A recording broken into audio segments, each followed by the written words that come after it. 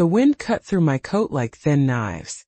Each breath came out as a white cloud and landed on my lashes before it could warm me.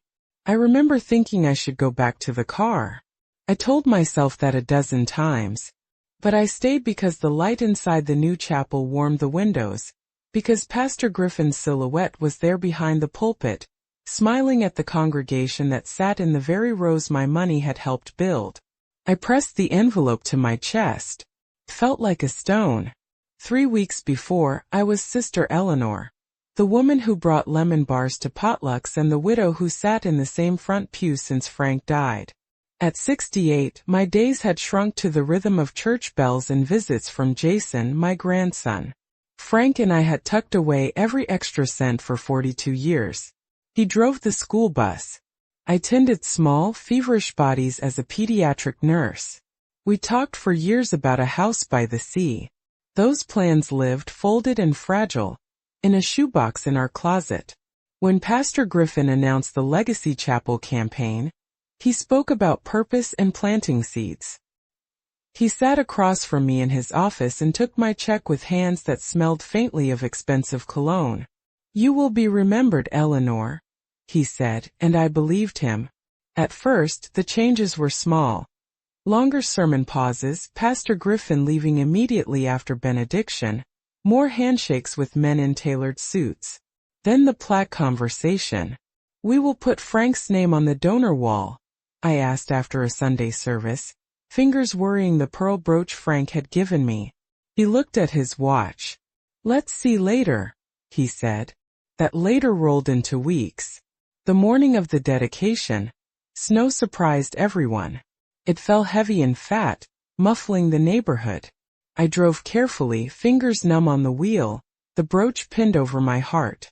When I stepped into the foyer, the smell of strong coffee and new varnish hit me warm false. Deacon Bill, his shoulders stooped but steady, slipped a folded paper into my hand while no one watched. His fingers tapped my knuckles, an old familiar signal.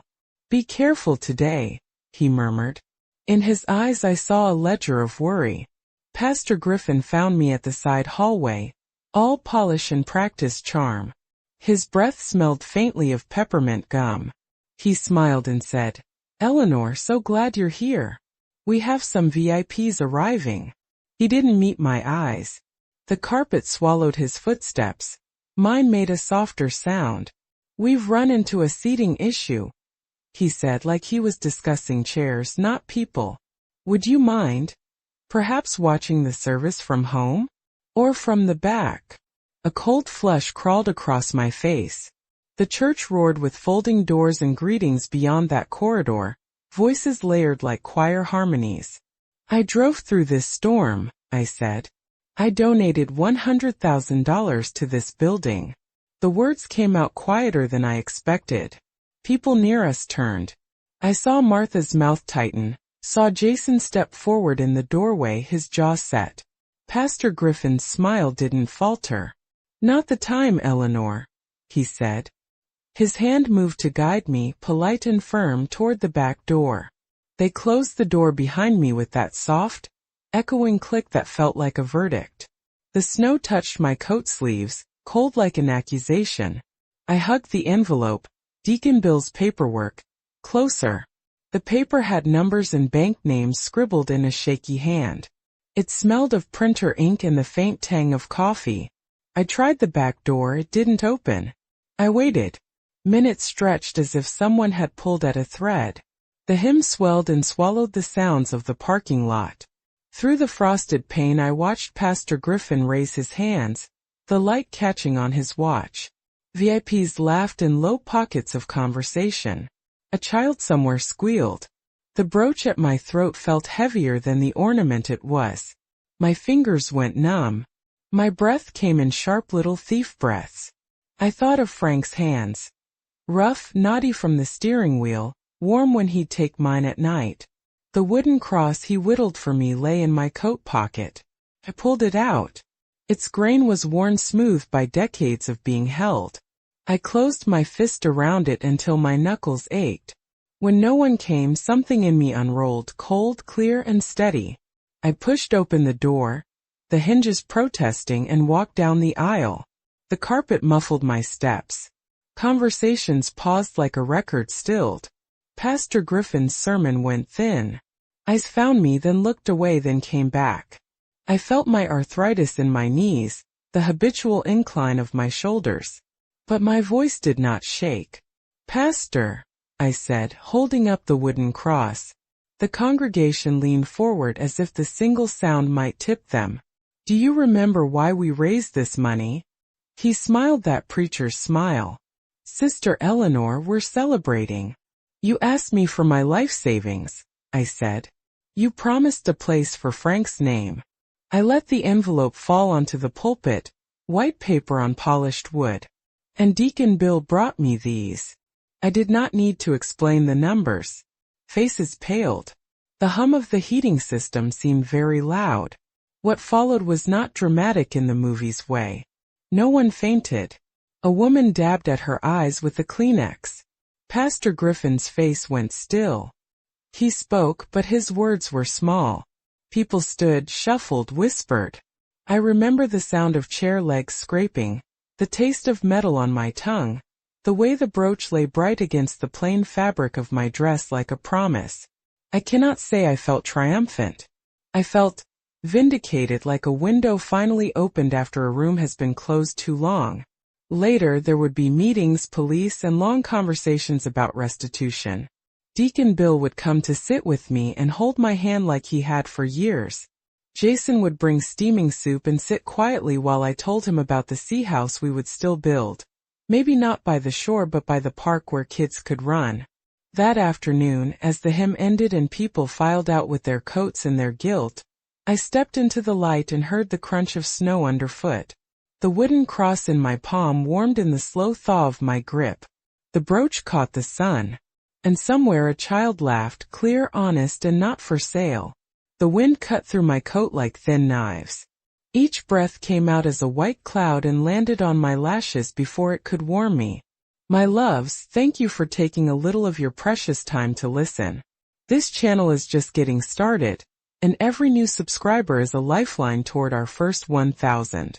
If this story touches you, please subscribe and tell me in the comments which city you're watching from. I read every single one. The morning light came in thin through the kitchen curtains, pale as prayer. It hit the little table where Frank and I had eaten for 42 years, and turned the wood into the same honey I remembered from our first apartment. The coffee pot hissed. I wrapped my hands around the mug until the heat pushed the chill from my fingers. Outside, the neighbor's wind chimes tinkled.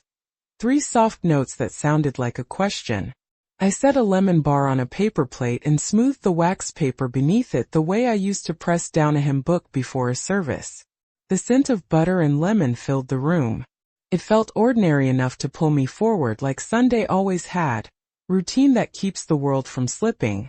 I pinned Frank's pearl brooch over my heart. The pin was small, a hinge of light against wool. It made me feel tethered. At 68, my days had a map I knew by memory.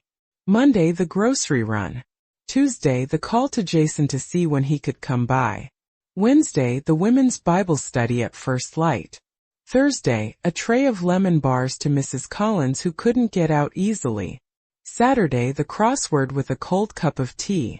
Sunday, I dressed in my best and sat in the front pew because that was where Frank had sat and where it felt like we were still in conversation. My faith was not some performance. It was how I learned to breathe after Frank. The church bells were a heartbeat. The terms, grace, sacrifice, stewardship, carried weight for me because I had lived them. Frank's hands, rough from driving the bus, had held mine through chemo and then through the silence after. We had folded our lives into small savings envelopes, stacking coins and paychecks like prayers. That shoebox with our sea house dreams sat in the top drawer of my dresser, the paper frayed at the corners. It was as real as the cross he whittled for me and as quiet. When Pastor Griffin first spoke about the Legacy Chapel, he did it like someone offering a path. He spoke of future Sunday schools, of Sunday morning light in new windows, of a place that would outlive us. He sat across from me at the church office, gray carpet underfoot and the faint smell of lemon oil from the table. His hands took a deacon's briefcase used to be full of hymn numbers and rolls of tape. Now it was full of accounts and receipts. Deacon Bill had always been steady. His cardigan, the slight hitch in his step from the years of repairing roofs. One evening he came by with his hands tucked in his coat pockets and his voice low. "Be careful," he said, tapping my knuckles in that old familiar way. He meant more than the slipperiness of winter steps. I saw the ledger in his bag. The paper smelled of copier ink and worry. He did not say much. Deacon Bill never raised his voice. But his eyes were maps of sleepless nights. The new chapel's plans were plastered on the bulletin board. Glossy renderings with deep burgundy curtains framing a sculpted wooden altar. A reserved sign was printed for the front pew. Thompson family. I pressed my thumb to the name like you would a pressed flower. The color burgundy felt rich, almost theatrical. It made me think of velvet drapes at the theater rather than the quiet cloth of a sanctuary. The drummer from the youth group joked that we'd need sunglasses when the stained glass caught the morning. I laughed with them and meant it. I wanted my family name on a brass plaque because Frank had worked hard. Because it felt right that we would leave something steady behind. I practiced my gratitude. I'd sit at home and open the shoebox and touch the folded plans for the sea house like they were a litany. I baked extra lemon bars and wrapped them in parchment for the committee. An old smallness that kept me human. I polished the small wooden cross Frank made until the grain gleamed, and I set it on the kitchen table overnight so its scent of sanded wood would remind me of him. There were other signs. Pastor Griffin began wearing suits that fit in a way his old ones never had. He smelled of a cologne that made the back of my throat tighten. I noticed him checking his watch in the middle of conversations, a tiny tick. A new row of chairs appeared near the entrance with name tags for donors and local officials. Once, at a potluck, he introduced a man as someone who might be able to help with community funding. And his hand lingered a moment too long on the man's shoulder. I felt the room tilt. On the Saturday before the dedication, I sat in my kitchen and looked at the empty pew I reserved with my imagination. I could see the curtain's burgundy sweep, the altar's small wooden cross catching the candle glow. Those objects felt like promises. They seemed ordinary and also like a sentence. Outside, the church bell rang in the late afternoon, a single steady tone. I closed my eyes and listened until the sound faded and left a hush. When Deacon Bill stopped by on Sunday morning to hand me the folded paper, his movements careful, the way he always folded a hymn with reverence, I felt a small, cold knot open. I pressed the paper to my chest before tucking it in my pocket. It was only numbers and names, but the paper had weight. It smelled of ink and of the office, and it tasted like an answer I had hoped would never arrive. I folded my coat over my shoulders and set the brooch steady. The lemon bars sat in a tin by the door. I told myself I was simply going to the dedication. I told myself the town would be brighter. I did not know then how that morning would ask me to be more than a steward of money or memory. I only knew I would sit where Frank and I always had, press my hand against the pew, and listen for the bell that once had felt like home. The wind cut through my coat like thin knives. My breath came in short, white bursts that fogged the frosted glass beside the back door. Inside, light spilled gold across new pews, warm and false. Pastor Griffin's silhouette moved behind the pulpit. I could see him, smiling, his hands lifted as if blessing everything the builders had done. The same rose my money had paid for. Deacon Bill had slipped the folded paper into my hand like a benediction. He did it with that quiet look he gives when there's something too heavy for words. The paper smelled of copier ink and old coffee. I felt it against my palm the moment Pastor Griffin steered me into the side corridor. "Eleanor, so glad you're here," he said. His suit fit like a promise someone else was paying for. He did not look at my face. His voice was smooth, practiced. "We have some VIPs arriving. We're a bit tight on seating." His words sat on my chest. I pressed the envelope, Deacon Bill's paper, against my heart as if that might keep it warm. My fingers shook. The pearl brooch Frank gave me beat against the wool of my coat like a small stubborn heart. "We'll figure something out," I said. My voice came out smaller than I'd hoped. The warmth of the foyer receded behind him. The smell of varnish and coffee clung to everything. He smiled as if arranging flowers in a vase. "Eleanor, we need your seat for the VIPs." There it was. The sentence landed like a door closing. I could feel color rushing up my neck.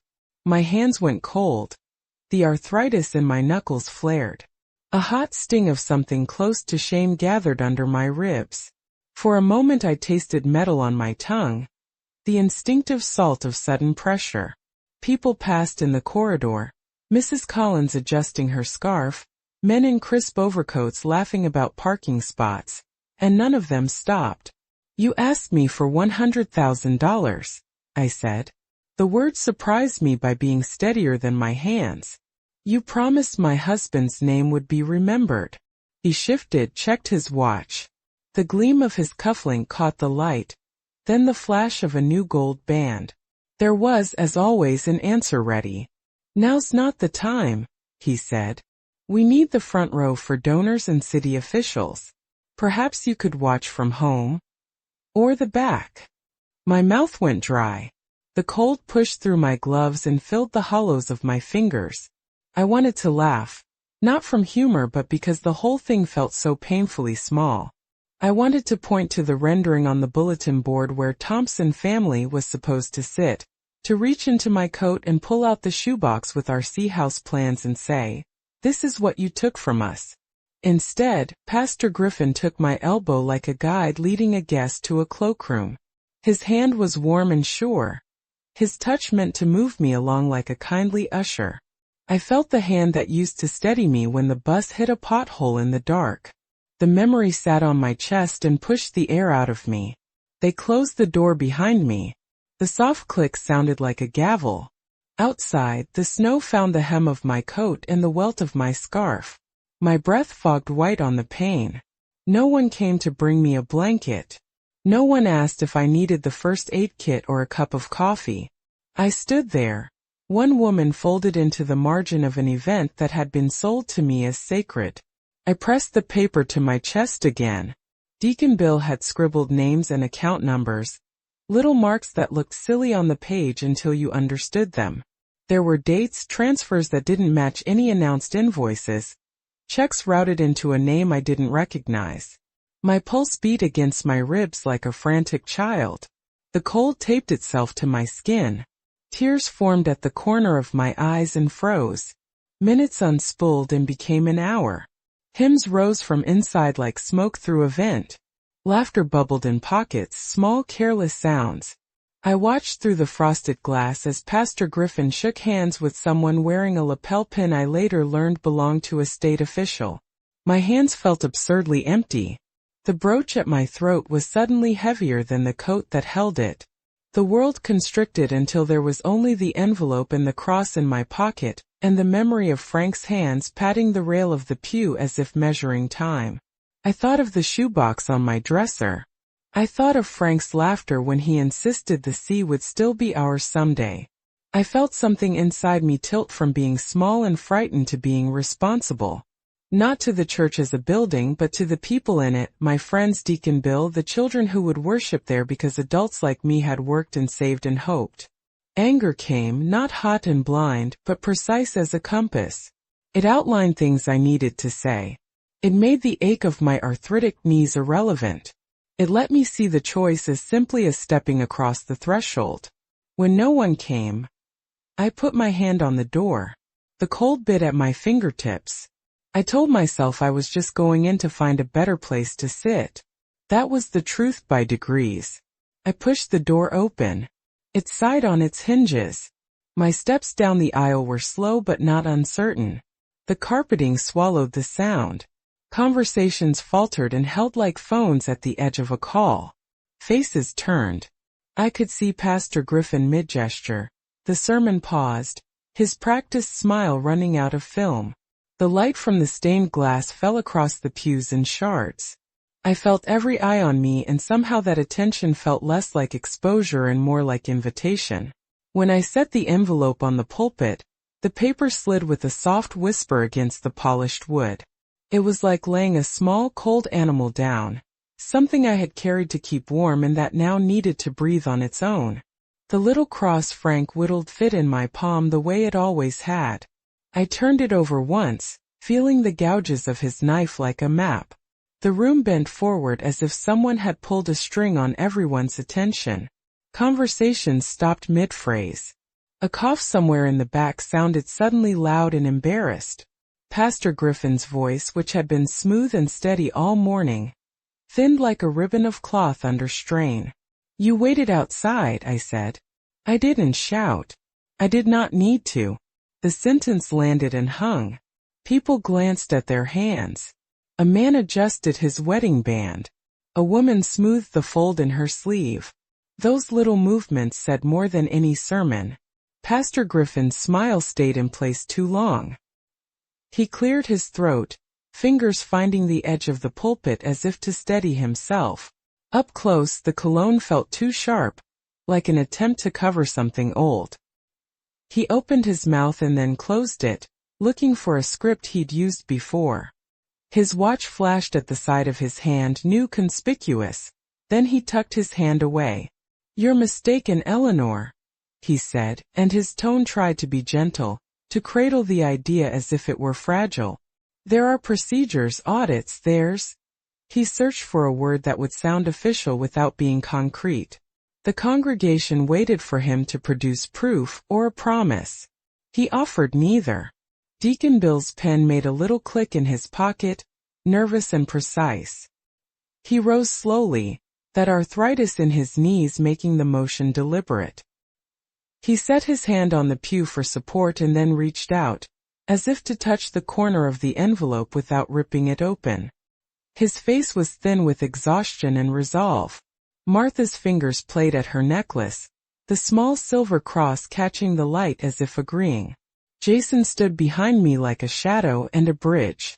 His jaw clenched.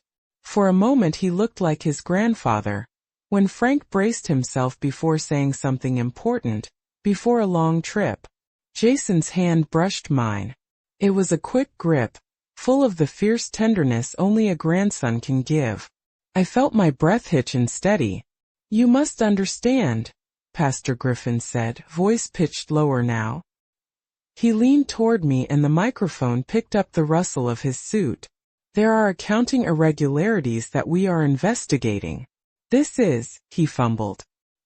His eyes darted toward the side doors where a few men in expensive coats had gathered, then back to mine. He framed his words as if sculpting them to look like concern. The room wanted to believe him. Some faces softened. But Deacon Bill's ledger sat on the pulpit like a small, stubborn altar. He stood next to the pastor now, and his fingers opened the pages with a noise I remembered from hymnals, prayerful and inevitable. His eyes met mine. He did not need to speak. His mouth said in the old language of shared history, "We have kept track."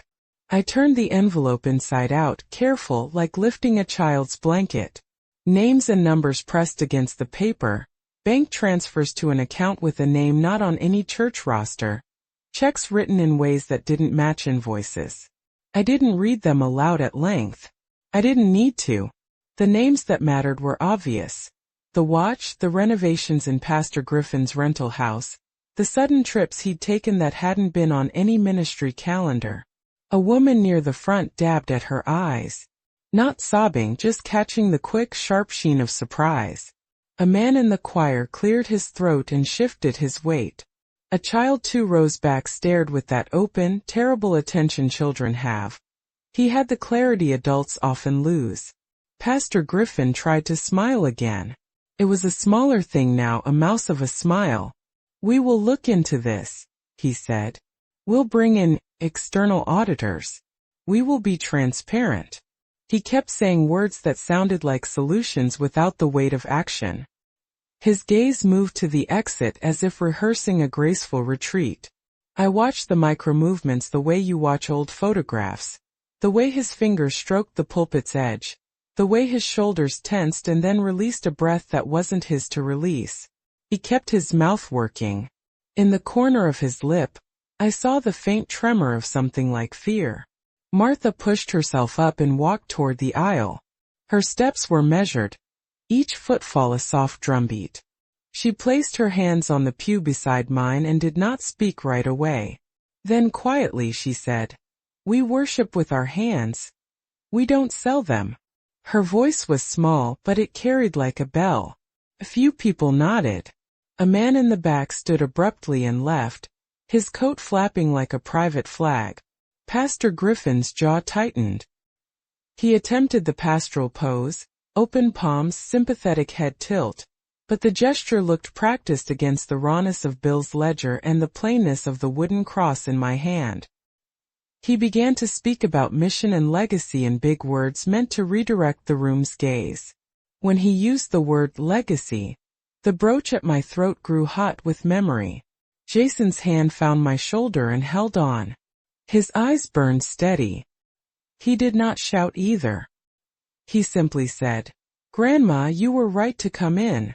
There was no need to make it grand. The truth was already in the quiet. The tension was not cinematic. It wasn't dramatic in the way films advertise. Instead it felt like winter ice, thin at first, then creaking, then cracking in a sound you feel in your teeth. Faces changed in small increments. Some looked away and whispered. Others leaned forward the way a congregant leans in when a hymn hits a note that takes the breath out of you. When the murmuring started, it was like a tide finding a shore. The room divided into islands of conversation without planning. I felt neither triumphant nor vindictive.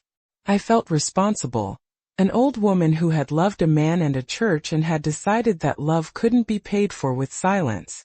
Pastor Griffin's hands, which had once been so expressive, now seemed to shrink. He said finally, "Let's pause." And the sentence had the tone of someone buying time. He looked at Deacon Bill and then at me. The congregation waited for what would come next. An apology, a defense, an admission, or the quiet folding of a man's reputation into smaller, unnoticeable pieces. I held the cross. It warmed just a little in my palm, like memory beating slow. Outside, the snow continued to fall, muffling the world. Inside, the room exhaled and held its breath at the same time. After that morning, the church felt like a small town with one street suddenly rerouted. People who used to call my name from across the parking lot now crossed to the other side of the walk. The warm, easy hellos turned into nods held at a distance, polite as paper plates. I learned quickly how silence can be loud, how it can outline a person until they fit into the negative space of a room. Sundays became the hardest. The front pew where Frank and I had sat, where my name had been printed on a reserved sign, sat empty more often than not. Sometimes someone else would take it, a new face in a tailored coat, and they would stretch out like they belonged. The choir avoided our aisle on purpose, as if some invisible current ran down the center and singling me out would be contagious. When I walked in now, conversations folded into neat little pockets. Heads angled away. Eyes skimmed over me and landed on the hymn board, on the windows, on anything but the face that had once been part of the church's furniture. I noticed small things first. Plates of lemon bars left on the fellowship table untouched. The woman who used to save me a seat at Bible study started leaving earlier, gathering her cardigan and heading for the door before I could sit down. A man I'd known for decades shuffled past and pretended to tie his shoe as I approached. The strike of avoidance was always half a gesture. An elbow turned, a purse lifted higher, a cough that fell in the gap where a greeting should be. The kindness that had once steadied me now came with distance, like a hand held just far enough away. Doors began to close before I reached them. Not slammed, just the soft, deliberate flick that said, "We will not be a part of that conversation." At the bakery on Main Street, Mrs. Lerner, who had wrapped my lemon bars for years, slid them across the counter without our usual chat. Her eyes were wet when she handed them to me, and she whispered, "I'm sorry, Eleanor." as if my presence were a thing to be apologized for. I wanted to tell her that I was not the scandal. I wanted to tell her that there were whispers in pews that carried like drafts. Maybe she overreacted. There are always two sides. We don't know all the facts yet. Those phrases are meant to sound fair. But their fairness was a slow erasure. They washed over Deacon Bill's ledger with the same indifferent tide. People repeated them until they believed the repetition more than the ledger's numbers. Not everyone turned away. Martha would still touch the back of my hand when she passed. She would press her lips together and lean in enough for me to hear. "You did the right thing." Her voice trembled with the strain of saying it aloud among others who had already decided to look away. Deacon Bill's support was quieter, resigned. He came by in the afternoons, eyes shadowed, and set the old ledger on my kitchen table like a small, honest altar. He never shouted in public. He did not need to. His presence was the kind that could be measured in returned phone calls, and the steady way he refilled my sugar tin. Jason, bless him, bristled in a way my generation learned to hide. He answered questions with a bluntness that sometimes embarrassed me. She did what she had to. He told a man who tried to turn the story into gossip at the hardware store. A few neighbors resented his righteousness. Others leaned toward him like a magnet. He brought soup and sat with me in silence, which was the best kind of company, simple, faithful, and without comment. The pastor kept his distance as well, but his strategy was different. He did not glare. He practiced a kind of pastoral omission, a smile that stopped short of hello, a handshake that lingered less on my knuckles than it did on new donors. Once, in passing, he murmured that the investigative process would be handled appropriately, the word shaped to fill the space where an apology might go. When the men in nice coats arrived to meet him, he became a different creature, poised, charming. I watched him from the sidewalk as if watching a play I did not recognize. A childhood friend called and asked if I wanted to come over for cards. She hesitated on the phone long enough that I knew someone had already told her to be careful, and she had listened. Her invitation was warm at the edge but scaled back. No, she could not pick me up, perhaps next week. Her words were a net with too large a hole. The isolation wrapped itself around me the way a winter coat does, layered and near imperceptible at first, until you realize you can't move your arms freely. There were days I wanted to rage at the way people folded themselves away. There were quieter days when I simply catalogued it all. The empty chair, the clipped greeting, the way laughter seemed to happen in corners where I could not reach. I kept the wooden cross in my pocket and let it rub against my palm like a compass. And yet, even as doors closed, not everything was lost. A small boy from the community center skipped by and threw me a handful of snow that made my glasses fog.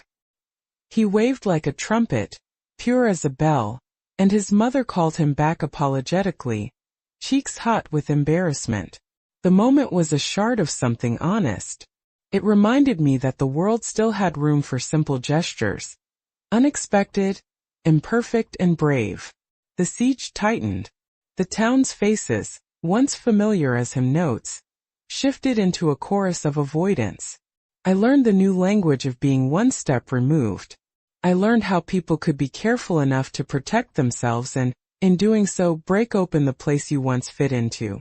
I learned slowly how to hold my own small stubborn faith against that chill. The sound of Pastor Griffin's voice filled the chapel like a record played too loud. It had the kind of practiced cadence that used to soothe me. Rise, pause, fall, until you could lean into it and let the words carry you.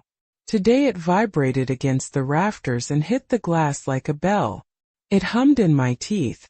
It made the varnished wood of the pulpit smell sweeter, like lemon oil and polished secrets. I stood with my hands folded so tightly my knuckles paled. I counted breaths. 1, 3. Trying to keep them even. My joints complained with each held breath, a small chorus of protests. I felt very old. I felt very steady. The wooden cross in my palm was a small warm island. I pressed the grain into my fingertips until the pain made everything else clearer. The room crouched forward. Somebody's cough caught and died. The heating system clicked as if clearing its throat. Pastor Griffin's sermon thinned into a stream of words. Legacy, service, generosity. He spoke of stewardship as if it were a virtue you could hang like a mirror and see your soul reflected in it. His voice filled the space between the stained glass and the carpet and landed on faces that would not, for the first time in decades, look at me the same way. Deacon Bill's ledger lay on the pulpit like a blunt instrument. He had placed it there with the care of a man setting a Bible down for reading. Its pages whispered as he slid them open. I could hear the thin rustle like someone turning a page in a quiet room. His hand, the one that used to scribble him numbers, trembled just enough for the congregation to notice if they were watching for small things. I walked up the center aisle like a tide walking back to shore. Each step felt enormous. The carpet swallowed the sound, but I could hear my shoes soft an inch at a time. Conversations died as if someone had reached into the air and pinched the sound out. Eyes found me in a slow gathering way like rain finding a window. Pastor Griffin paused. The echo of his hand in the wood lingered. When I reached the pulpit I did not speak at once. My hands opened and closed around the cross. The grain sat in the hollow of my palm like a memory. I put the envelope down and let it rest on the polished surface. It made a small definite sound, paper on wood. The sound felt like a verdict. Pastor, I said. My voice was steadier than I felt, as if it had been rehearsed in the quiet of my kitchen 100 times. You asked for my life savings. You promised Frank's name. The room leaned. There was a collective intake of breath. The candle on the altar, one of those small votive things, flickered. A child too rose back, let out a tiny noise. Someone shifted, the rustle of a winter coat. The candle guttered and then a draft moved down the center aisle. The door ajar in the back side on its hinges with that long mournful creak that makes a room listen.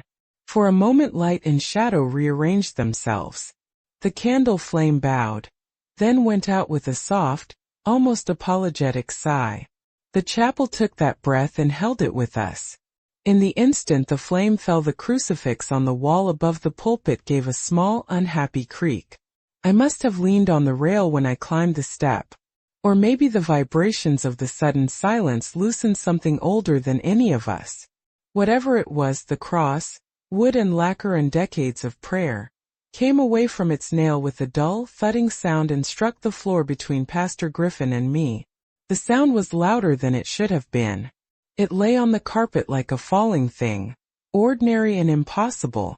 For a second the room split into two halves, those who pretended not to notice, and those who could not look away. I saw the crucifix there, its face turned up at the ceiling, and it felt as if it had taken the story with it. Pastor Griffin's mouth made a polite shape around a word. His practice pause failed him for once. The hum left his voice. He reached for the pulpit like a man holding onto a dock. Eleanor, he began, the syllable shaped like concern, like a call to a private conversation rather than the center of a storm. Deacon Bill's pen clicked twice. Martha's fingers flexed at her necklace.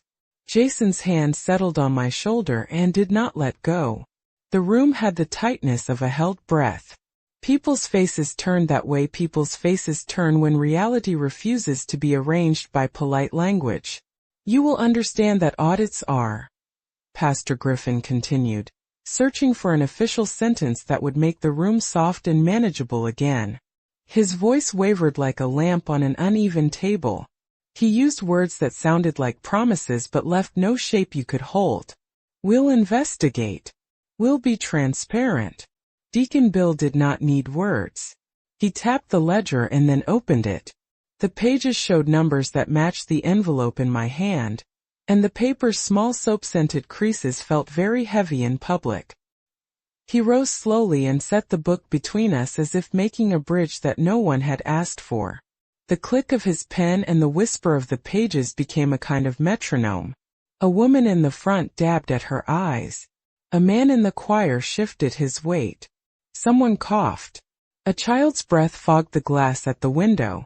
Pastor Griffin's watch caught the light and flashed like a promise someone else paid for. His smile, which had been so practiced, when the ledger hit the pulpit, it changed the sound in the room. People stopped pretending the sermon was the only thing that mattered. The pages whispered open like a secret someone had finally decided to speak aloud. Deacon Bill's hands, those careful hands that had once counted him money in a shoebox, didn't tremble as much as mine had expected. He tapped the numbers once, twice, as if punctuating a sentence. Pastor Griffin's face went the color of varnish.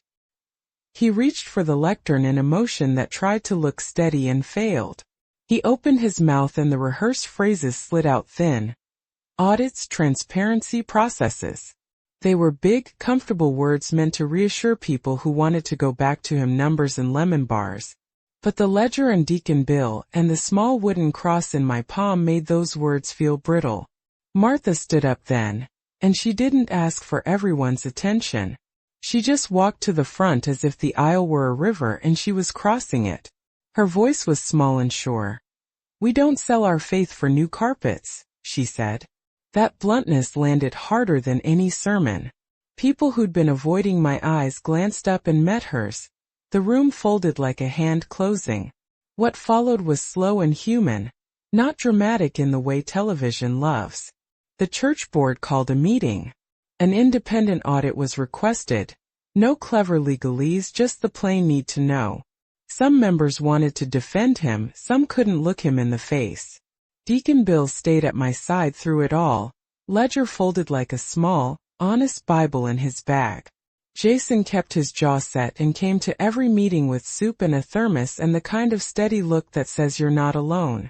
Authorities were involved, not as a spectacle but as a necessary next step. Numbers on paper matched transfers into accounts that weren't church accounts. Receipts didn't line up with invoices. The facts made it harder to keep comfortable silences. Pastor Griffin offered an apology that sounded like a speechwriter's draft. He resigned from the pulpit, and the board accepted with the kind of mechanical sympathy that comes when a place you love breaks. Some people left the congregation that day. Others stayed and asked questions they'd been trained not to ask. Restitution came slowly. Money trickled back, not like a miracle but like a reluctant tide that had been turned. There were meetings about budgets and priorities. The builder's estimate for the Legacy Chapel was rethought and the big plans were shelved for a more modest project. People who had once been strangers in tailored coats rolled up their sleeves and learned how to carry cinder blocks and paint. There were hard conversations about accountability and trust. There were long afternoons when Deacon Bill sat at the kitchen table with a calculator and a patience I found humbling. I won't pretend everything was repaired. Betrayal leaves a shape you can't stitch perfectly. There were Sundays when no one spoke to me, Sundays that felt like a test. Some faces that had been warm turned distant, stung. But other faces, Martha's, Deacon Bill's, Jason's, a woman from the choir who started coming back, kept me anchored. They reminded me what church could be when it remembered why it existed. Not for varnished wood or donor plaques, but for people who needed one another. One crisp morning months later I walked down to the community park that had been part of a new humbler plan. Repaired roofs, a community classroom, a place where kids could play. The grass smelled like cut lawn and sunlight, not like varnish. There were swings and a small bench that faced a garden. I sat and felt the sun on my hands for the first time that winter. Jason sat beside me with his laptop shut and a thermos between us. A small plaque was bolted into a stone by the garden. The brass gleamed and then softened in the light. It read, "In memory of Frank Thompson, for faith shown in actions." It was simple. It was honest. My chest squeezed in a way that felt like both grief and relief. Deacon Bill came up behind me and rested a hand on my shoulder the way he used to when a roof needed measuring. "You did right, Sister Eleanor," he said, and there was no sermon in it. Only the plain truth of a man who had kept the accounts and the compassion to hold them. People used to tell me that faith was a private thing. That day, watching children chase a stray ball and hearing laughter that didn't sound bought or staged, I understood faith was also public. It lived in the way neighbors returned to help fix what had broken. It lived in brass letters on cooled stone. It lived in a small wooden cross that had once been my husband's and now fit in my palm like a compass. I miss what we thought we'd have. The house by the sea Frank and I folded into the shoebox of our lives. But I found something else. A community that had to reckon with itself, stumble, and then choose to be honest. The repairs were not easy. The plaques were humbler. The chapel we met in was smaller and colder in winter. But when the service started now, no one stood outside waiting for a seat. People came in and sat with one another. They passed the offering plate with hands that had learned to look at the ledger. Sometimes at dusk I come and sit on that bench.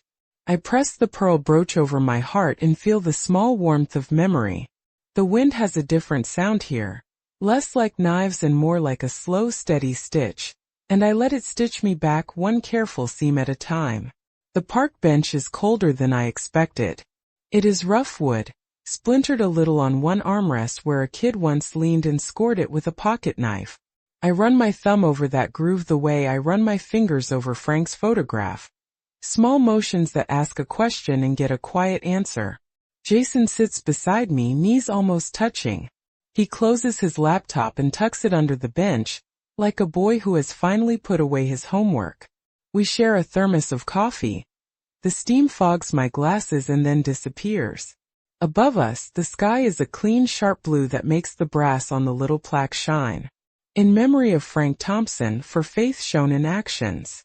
Who would have thought those words could fit on something so small and still mean so much? Deacon Bill comes up behind us the way he always did, slow and steady. He rests a hand on my shoulder as if measuring the weather with a palm. "You did the right thing, Eleanor," he says. No flourish. No sermon, just a plain sentence that carries like a plank.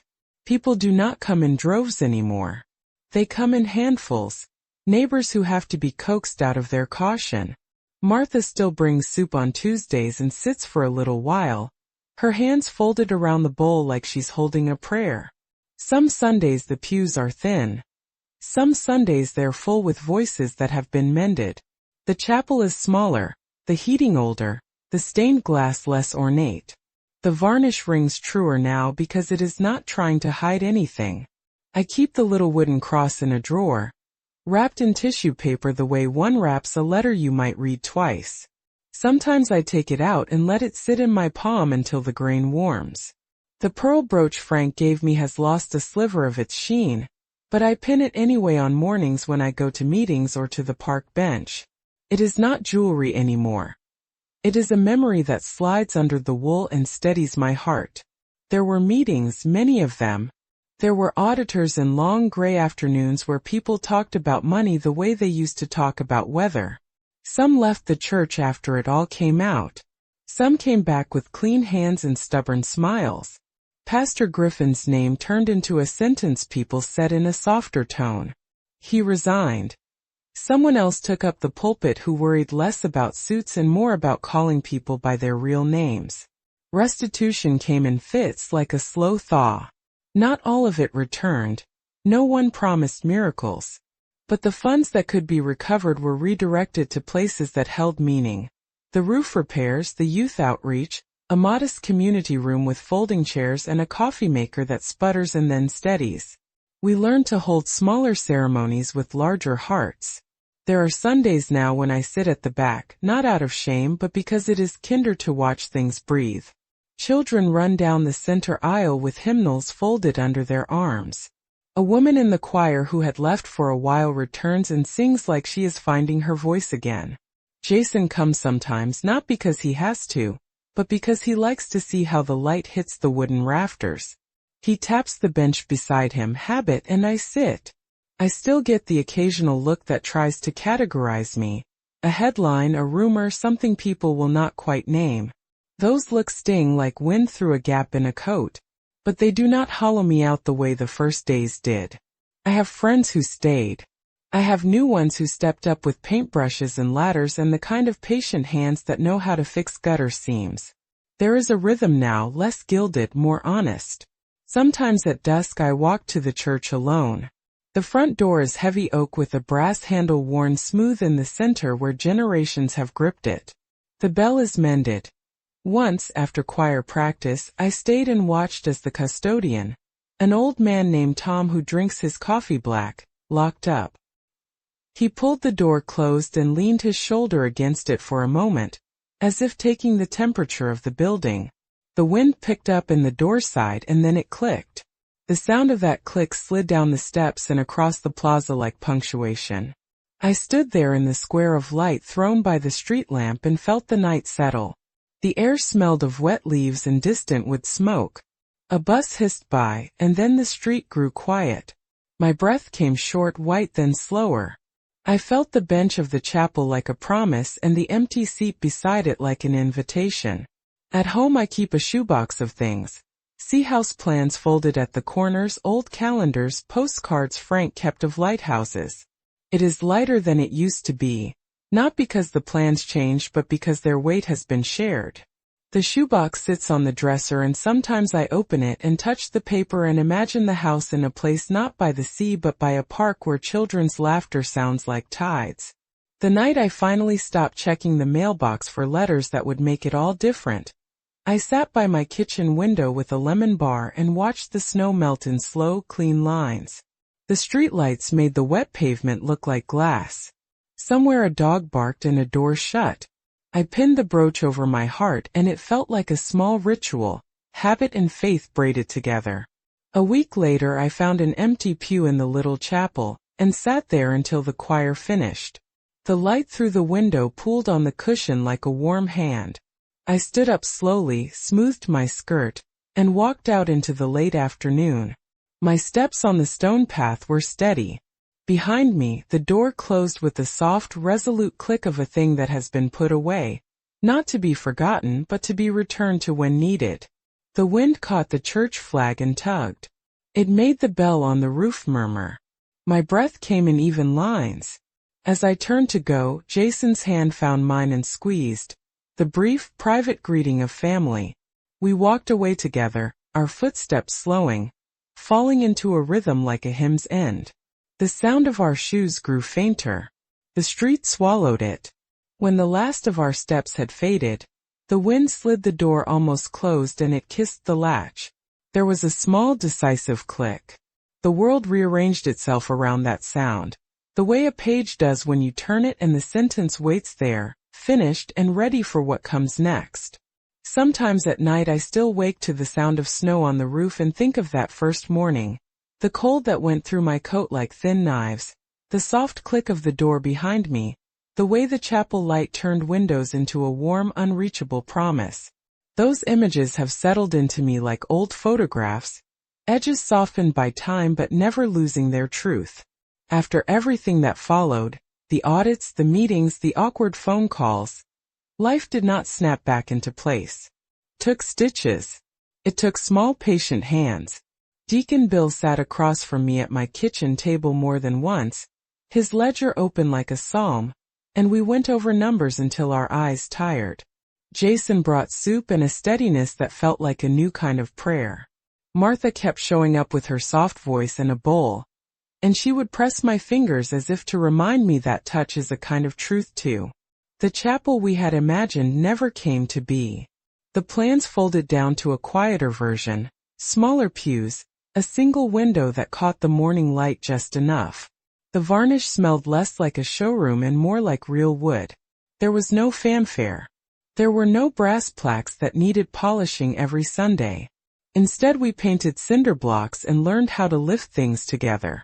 I watched men in shirt sleeves and women in paint-splattered jeans carry beams and then stand back and watch the light fill a new room. It was messy and honest and somehow holy. People came back in trickles. Some faces never returned. Some returned with open hands and apologies that weren't perfect but were sincere. Others stayed away, their silence a kind of defense. I learned to live with both the warmth of those who stayed and the sharpness of those who left. It was a kind of mourning that kept moving forward. The plaque in the park, small honest brass, caught the sun in the afternoons.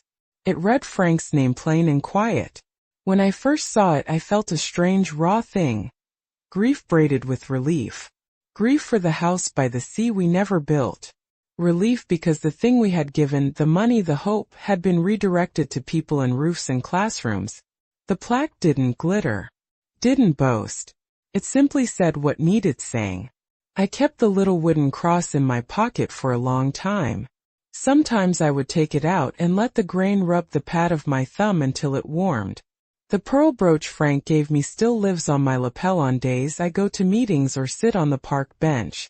It has lost some of its shine, but when the light hits it just right, it still looks like a promise. There are things I miss, some of them obvious like the Sea House, some of them quieter like the way people used to call my name without checking the news first. There are days when the town still feels like a place of small, careful distances. But there are other things that have taken root. There are children with scraped knees who come to the community room for tutoring. There are soup pots that steam on Tuesday nights. There are honest conversations at the board meetings where once only polished phrases lived. Those are not small changes.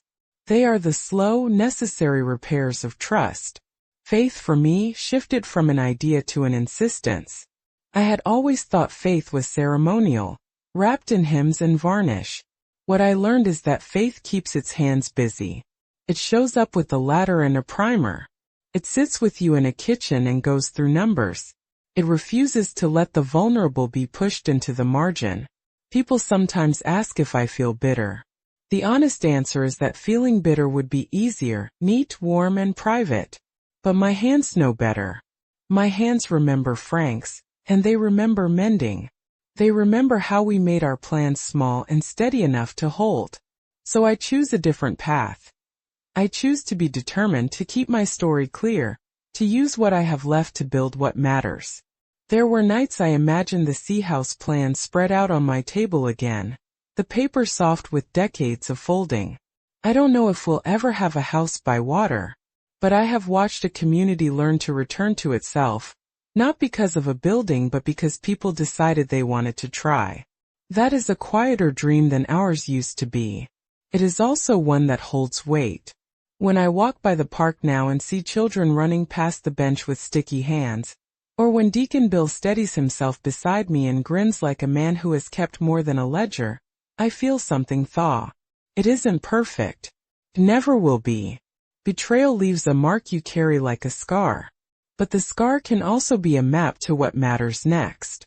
If there is one thing I am glad of, it is that truth no longer lives folded in an envelope in my pocket. It rang out in a small chapel where people could hear it. The world did not break because I chose to speak. It changed shape. The secret I held for so long is not gone. It sits in the wood grain of a cross and in the brass of a small plaque and in the way my grandson squeezes my hand on the park bench. It is ordinary now, and that, I think, is the point. The truth was the thing I had been saving all along. If you've made it this far, thank you from the bottom of my heart for staying until the end. If you feel it in your heart, please subscribe so you won't miss the next stories, and keep walking with me by watching the other videos I've prepared with care. And please, share in the comments what you thought of my testimony. I will read every word.